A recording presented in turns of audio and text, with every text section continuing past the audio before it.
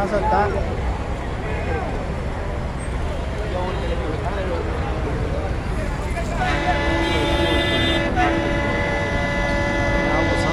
¿Cómo te lo van a soltar,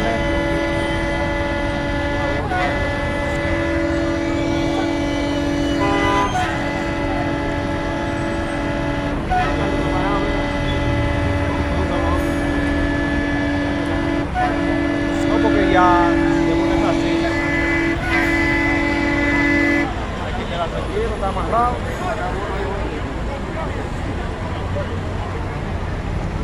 Ahí que vaya uno,